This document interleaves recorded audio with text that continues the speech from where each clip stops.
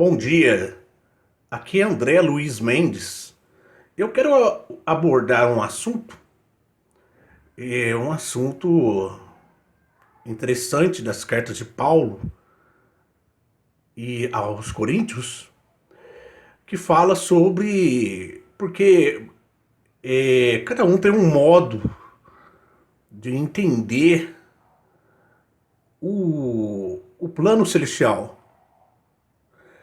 E muitos perguntam, mas existe na Bíblia que podemos sobreviver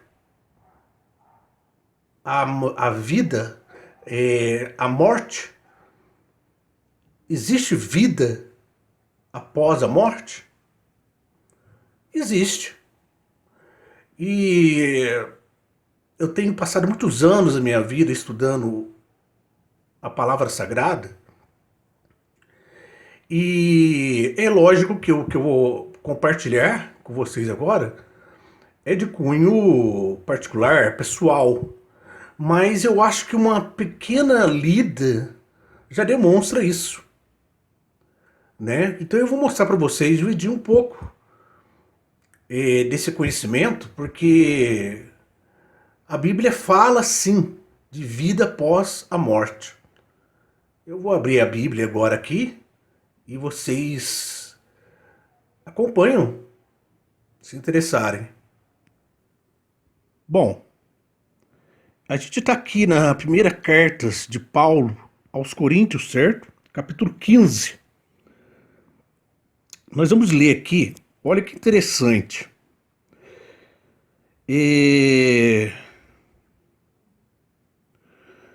Vamos a partir do versículo 38, certo? A seguir, Deus lhe dá o corpo como quer. Quer outra espécie? Não. A seguir, Deus lhe dá o corpo como quer. A cada uma das sementes, ele dá o corpo, que lhe é próprio. Nenhuma carne é igual às outras, mas uma é a carne dos homens. Olha que interessante. Outra, a carne dos quadrúpedes. Outra, a dos pássaros. Outra, dos peixes.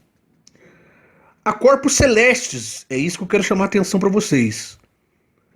Há corpos terrestres. São, porém, diversos o brilho dos celestes e o brilho dos terrestres. Um brilho do sol, outro brilho da lua e outro o brilho das estrelas. E até da estrela para estrela há diferença de brilho. O mesmo se dá com a ressurreição. Com a ressurreição dos mortos. Semeado incorruptível, o corpo ressuscita. Semeado corruptível, o corpo ressuscita incorruptível. Semeado desprezível, ressuscita reluzente de glória. Semeado na fraqueza, ressuscita cheio de força. Semeado, olha bem, semeado corpo psíquico, ressuscita corpo espiritual. Corpo espiritual. Se há um corpo, é isso que eu queria chamar a atenção.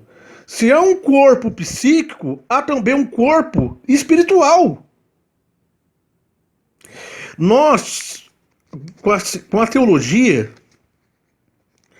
eu fiz até uma ilustração aqui. Muitas igrejas falam que Paulo está se referindo ao corpo glorificado. O corpo glorificado. Mas ao avanço das pesquisas, dos estudos teológicos, a gente entende que esse corpo glorificado é o corpo do espírito, é o corpo fluídico. Então veja bem, nós temos aqui o espírito, fiz essa ilustração. O espírito é assim, é uma chama, uma centelha divina Isso somos nós, puro, depois que evoluímos. Temos o perispírito, certo? O perispírito, que ele é semelhante ao corpo físico, quando encarnado, certo? Que é o que está escrito aqui, ó.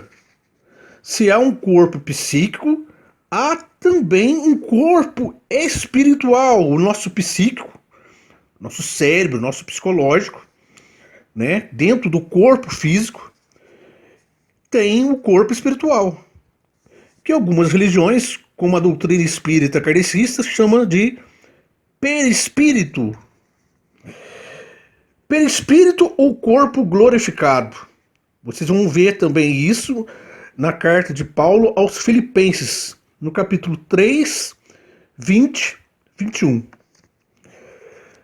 Agora, veja só, gente, como que não é que não existe vida após a morte? Fiz algumas anotações aqui. Perispírito, corpo espiritual. Assim está escrito. O primeiro homem, Adão, olhem que interessante. O primeiro homem, Adão, foi feito alma vivente. O último Adão tornou-se espírito que dá a vida. Primeiro foi feito não o que é espiritual. Olha que interessante. Primeiro foi feito o que não é espiritual, mas o que é psíquico. É coerente. O que é espiritual vem depois. O primeiro homem tirado da terra, né, Adão, é terrestre. O segundo homem, ou seja, o corpo fluídico, o corpo espiritual, o segundo homem vem do céu. Qual foi o homem terrestre? Tais são também os terrestres.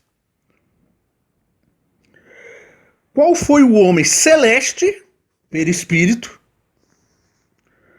Tais serão os celestes. E assim, como trouxemos a imagem do homem terrestre, assim também traremos a imagem do homem celeste. Vocês entenderam? Eu não sei se eu consigo explicar, mas eu achei isso de grau de importância, né? Em todos esses estudos de teologia, dividir isso com vocês. Olha que interessante.